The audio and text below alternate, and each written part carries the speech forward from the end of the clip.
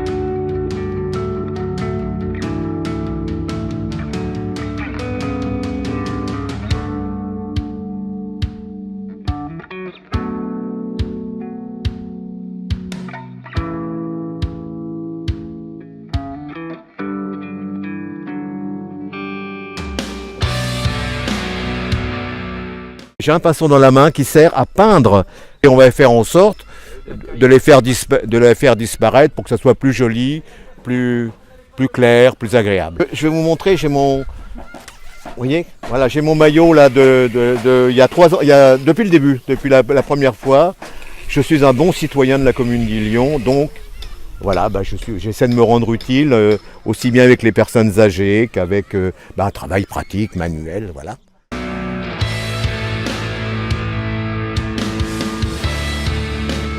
Je m'appelle Aloéna, j'ai 11 ans. Je m'appelle Roman, j'ai 10 ans. Je m'appelle Flore, j'ai 11 ans. Moi, c'est ma première année et eux, c'est leur deuxième année.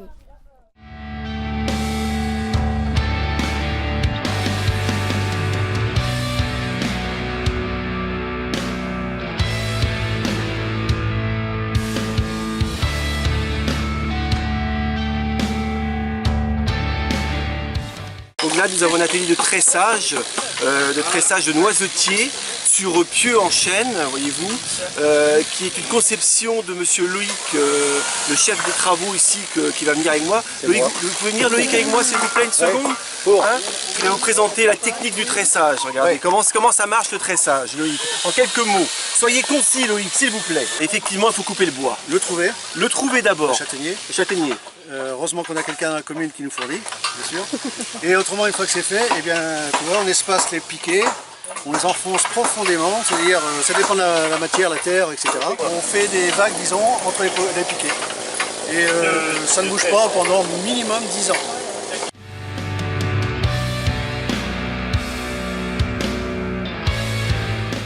Nous sommes en train de dégager un ancien encuvement allemand. Il faut savoir qu'ici à Illion, pendant la guerre, quand il y avait l'occupation allemande, tout Illion était occupé. Et ça, on est devant un encuvement, c'est-à-dire un endroit où il y avait un nid de mitrailleuses. Donc on va retrouver une plaque avec laquelle il y avait des fixations des mitrailleuses.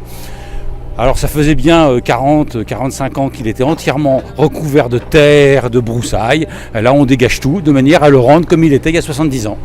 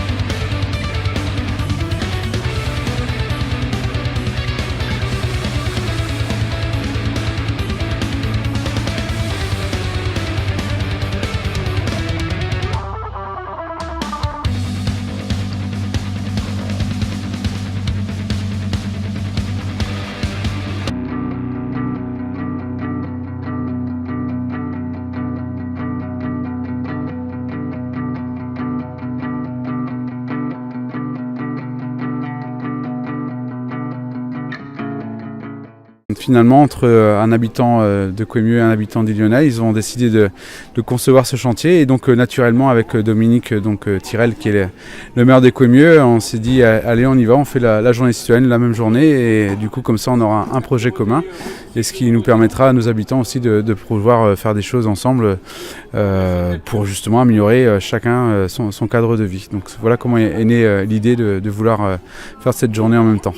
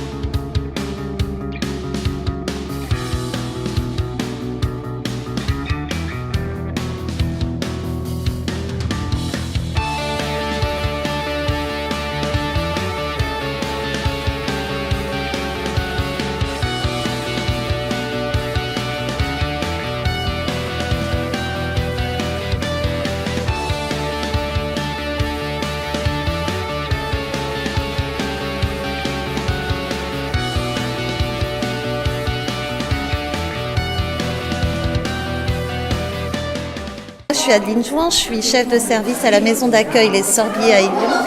L'année dernière, nous avons été sollicités et invités par la mairie d'Illions pour que les résidents participent au nom du fait qu'ils soient citoyens et habitants d'Illions.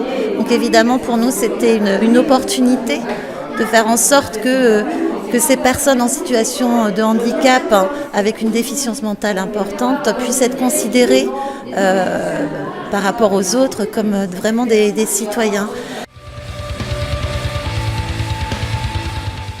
L'idée, elle provient d'une personne, Fabien Jordan, qui est le maire d'une ville en Alsace. Et puis 3 ans plus tard, finalement, on se retrouve avec des communes sur l'agglomération, dont Saint-Brieuc, Ploufragan, Langueux, Trégueux, Plaintel, même cette année, qui désormais font cette journée citoyenne. Et c'est quand même quelque chose qui permet non seulement bien entendu d'améliorer son cadre de vie, mais surtout de permettre aux gens de se retrouver dans la convivialité, de partager des choses sympas, jeunes ou moins jeunes, et puis de tout milieu différent. Donc c'est aussi ça l'objectif, et c'est la concrétisation de ce que c'est que vivre ensemble.